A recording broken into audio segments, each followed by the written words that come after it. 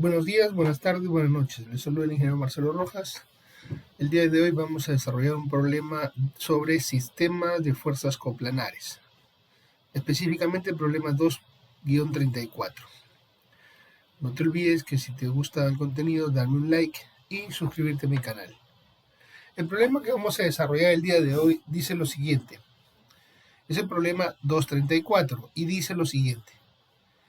Si la magnitud de la fuerza resultante que actúa sobre la armilla es de 600 newton y su dirección medida en el sentido de las manecillas del reloj desde el eje X positivo es 30 grados, determine la magnitud de F1 y el ángulo φ.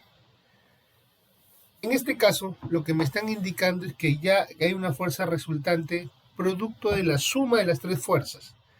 Esta fuerza resultante tiene un valor de 600 newton y tiene un ángulo de dirección de 30 grados con respecto al eje X siguiendo las manecillas del reloj, tal como lo vamos a graficar en este momento. Ahí está la fuerza resultante y ese es el ángulo de 30 grados que parte desde el eje X y sigue las manecillas del reloj. Esa fuerza resultante tiene una magnitud de 600 newton. Además, en la fuerza 3 hemos colocado el ángulo de la fuerza 3 que vale 53.13 grados con respecto al eje X. Ahora sí, lo que vamos a hacer es expresar cada una de las fuerzas en modo vectorial.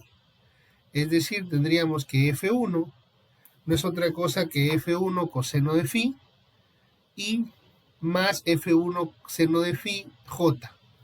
La componente en X es F1 coseno de phi y la componente en Y es F1 seno de phi. Eso en lo que corresponde a la fuerza F1. La fuerza F2 sería de la siguiente manera. F2 es igual a 500 por coseno de 60 en Y menos 500 por seno de 60 en J. Esa sería F2. Y F3, la fuerza 3 sería de la siguiente manera. Menos 450 por coseno de 53.13 en Y y menos 450 por el seno de 53.3 en J. De esta manera, nosotros hemos expresado las tres fuerzas en forma vectorial, es decir, en sus componentes I y J. Ahora vamos a sumar las fuerzas. Decimos nosotros que la fuerza resultante no es otra cosa que la suma de las fuerzas, es decir, F1 más F2 más F3. Pero F resultante tiene un valor que vale 600 newton y un ángulo con respecto al eje X, por lo tanto lo puedo expresar también en forma vectorial. Quiere decir que la fuerza resultante no es otra cosa que 600 por coseno de 30 en Y menos 600 seno de 30 en J. Ahora bien, ahora vamos a sumar todas las componentes en el eje X. Si yo sumo todas las componentes del eje X, tendríamos F1 coseno de phi más 500 coseno de 60 menos 450 coseno de 53.13 igual a 600 coseno de 30. A partir de ahí voy a despejar F1 coseno de phi. F1 coseno de phi es igual a 539,62. De la misma manera, vamos a sumar las componentes en el eje Y. Si yo sumo las componentes en el eje Y, sería de la siguiente forma. F1 seno de phi menos 500 seno de 60 menos 450 seno de 53.13 es igual a menos 600 seno de 30, que no es otra cosa que la componente en Y de la fuerza resultante.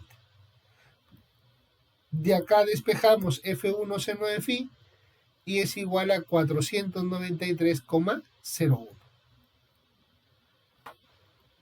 Como ya tengo yo el F1 coseno de phi, que es igual a 539,62, y F1 seno de phi igual a 493,01, entonces vamos a relacionarlos estas dos componentes, es decir, F1 seno de phi sobre F1 coseno de phi.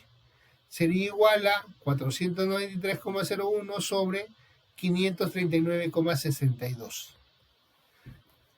Pues elimino F1 y me queda que el seno de phi sobre el coseno de phi es igual a 493,01 sobre 539,62. Seno entre coseno del mismo ángulo, estamos hablando de la tangente. Entonces la tangente de phi vale la división de 493,01 sobre 539,62. De ahí despejamos el ángulo. El ángulo es otra cosa que la tangente a la menos 1 de la división. Y resulta que el ángulo phi es de 42,2 grados medido desde el eje X positivo y siguiendo la dirección de las manecillas del reloj. Phi vale 42,42 grados. Como ya conozco el ángulo, entonces vamos a calcular ahora sí F1. Tomamos cualquiera de esas dos ecuaciones. F1 coseno de phi igual a 539,62 o F1 seno de phi igual a 493,01. Cualquiera de los dos. Yo he tomado la primera. F1 coseno de phi es igual a 539,62.